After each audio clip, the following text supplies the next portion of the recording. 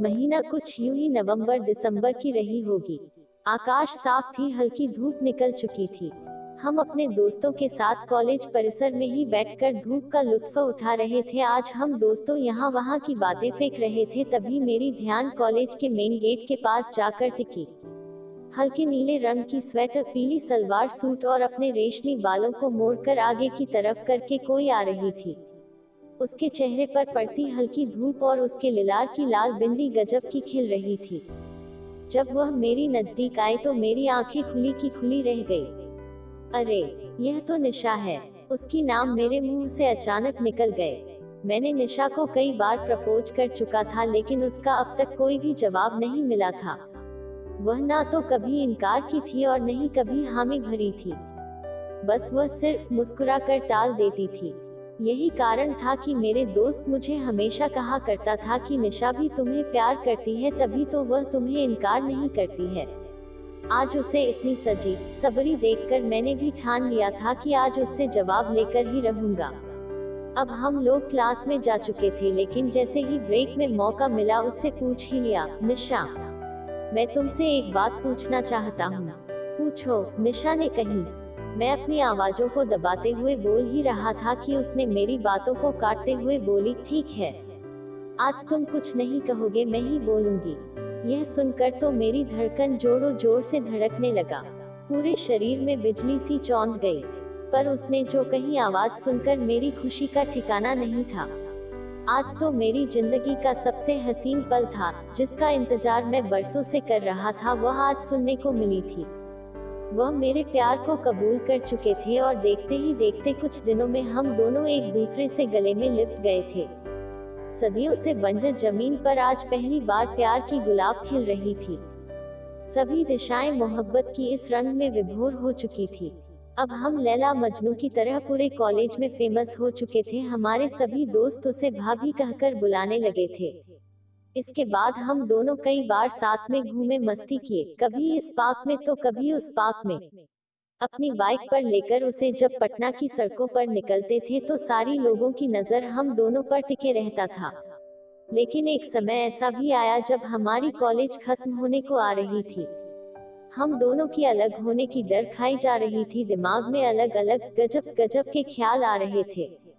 कभी सोचते हम दोनों शादी कर ले, तो कभी हमें अपने परिवार के फैसले का डर सताने लगता।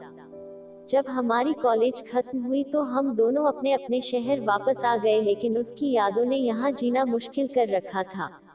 कई दिनों तक कुछ करने का मन नहीं कर रहा था, बस यूं ही सोचता तो कभी उदासी में उसकी तस्वीरें को निहारता रहता था। मैंने भी अपने फर्ज निभाने हेतु सब कुछ धीरे धीरे भूलने की कोशिश करना शुरू कर दिया।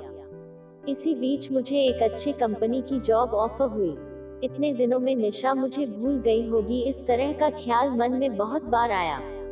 लेकिन मैं यही सोचता था, जब मैं उसे भूल नहीं पाई तो वह मुझे कैसे भूल गई होगी। दिल तो चाहता था सब कुछ भूलकर उसके पास चले जाऊं, लेकिन जिम्मेवारियां मुझे मजबूती से जकड़ा हुआ था।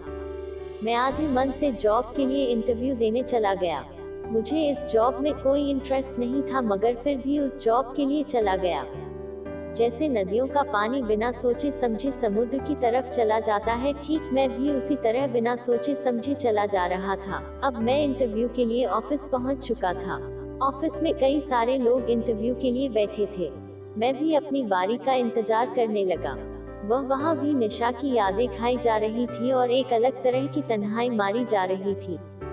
जिस तरह सूरज के डूब जाने के बाद सूरजमुखी के फूल मुरझा जाती है, ठीक मेरा वैसा ही हाल निशा के जाने के बाद मेरी हो चुकी थी। बैठा तो था लोगों के साथ, लेकिन फिर भी यहाँ भी मैं अकेला महसूस कर रहा था। कुछ समय बाद मेरी भी बारी आ चुकी थी। सर, इंटरव्यू के लिए आपको अंदर बुलाया जा रहा है, उस कंपनी के एक कर्मचारी ने मेरे पास आकर बोला। ओके कहकर मैं ऑफिस के दरवाजे को हल्के से धक्का देकर अंदर गया। बड़ी बड़ी आंखें, रौदार चेहरा, चेहरे पर कड़क सवाल और वाले हल्के सफेद, एक व्यक्ति कुर्सी पर बैठा था। उन्होंने मुझे बैठने का इशारा किया। इसके बाद उन्होंने पूछा, नाम क्या है? जी, राजू अग्रवाल, मैंने कहा। इसके बाद उन्होंने कई सवाल पूछा, जिसका जवाब मैं पूरी कॉन्फिडेंस के साथ देता गया। उन्होंने कुछ अजीब तरह के सवाल भी पूछे, जैसे तुम्हारे पिताजी क्या करते हैं, तुम कितने भाई बहन हो। इन सवालों के अलावा और भी कई सवाल पूछे, पर मैंने सभी प्रश्न का जवाब बिल्कुल सही सही देता है गया। क्या किसी से प्यार करते हो? उनका यह प्रश्न सुनकर मैं स्तब्ध रह गया। भला जॉब के लिए इस तरह का प्रश्न कौन पूछता है? मैंने इस प्रश्न का जवाब खामोश रहकर ही देना उचित समझा। इस प्रश्न को सुनकर ऐसा लग रहा था यह जॉब इंटरव्यू कम और मैरिज इंटरव्यू ज्यादा लग रही थी। तुम मुझे बहुत पसंद हो, उन्होंने बोला। अपने दाएं हाथ से रिंग बेल का बटन दबाकर किसी को बुलाया। इन्हें लेकर मैडम के केबिन में जाओ, उन्होंने आदमी को आने के बाद कहा। मैं उस आदमी के साथ दूसरे केबिन की तरफ चला गया। मन मचल रहा था, नौकरी मिलेगी या ऐसे ही वापस लौटना पड़ेगा। उद्धरण चिन्ह, अगर नौकरी मिल जाएगी तो अच्छी, वरना। मैं जब दूसरे केबिन के अंदर गया तभी मुझे आवाज सुनाई पड़ी, साहब बोलो कितना सैलरी लोगे। उद्धरण चिन्ह, जब मैं कुर्सी पर बैठा देखा तो मेरी आंखें खुली की खुली रह गई, पूरे शरीर में बिजली सी दौड़ गई। चेहरे पर हल्की मुस्कान लिए वहां पर निशा बैठी थी। मैं तो निशा को देखकर हक्का बक्का सा देखता रह गया। तभी वह मुझे बोली, क्यों साहब चौंक गए? उद्धरण चिन्ह, मैंने कहा, निशा तुम्हें क्या लगता था हम तुम्हें भूल गए? मैं भी तुम्हें उतना ही मिस करती थी जितना कि तुम करते थे। फिर हम दोनों ने एक दूसरे को गले लगा लिया। कुछ पल तक तो कहीं हम एक अलग सी दुनिया में खो गए। ऐसा लग रहा था किसी दिवालिया हुए इंसान को उसका पूरा संपत्ति फिर से वापस मिल गई हो। निशा ने बताया कंपनी उसकी पापा की ही है और निशा ने खुद बोलकर ही मेरे नौकरी के लिए ऑफर दिलवाई थी, क्योंकि मेरे बारे में निशा अपने पापा से बात कर चुकी थी और पापा उसके मुझसे मिलना चाहते थे। अब तो हम दोनों मिल चुके थे। उसके बाद हम दोनों की शादी हमारे परिवार की रजामंदी से कर दिया गया। जन्मों जन्म तक साथ निभाने की वचन देकर आज हम दोनों साथ हैं। मैं बहुत खुश हूँ कि मुझे मेरा पहला प्यार मिल गई और भगवान से प्रार्थना करता हूँ मुझे अगले जन्म में भी इतना ही प्यार करने वाले निशा ही मिले। ना चाहत है मुझे इन सितारों की, ना चाहत है इन बहारों की। तू हमेशा मेरे साथ रहे, यही चाहत है तेरे दीवाने की। उद्धरण चिन्ह।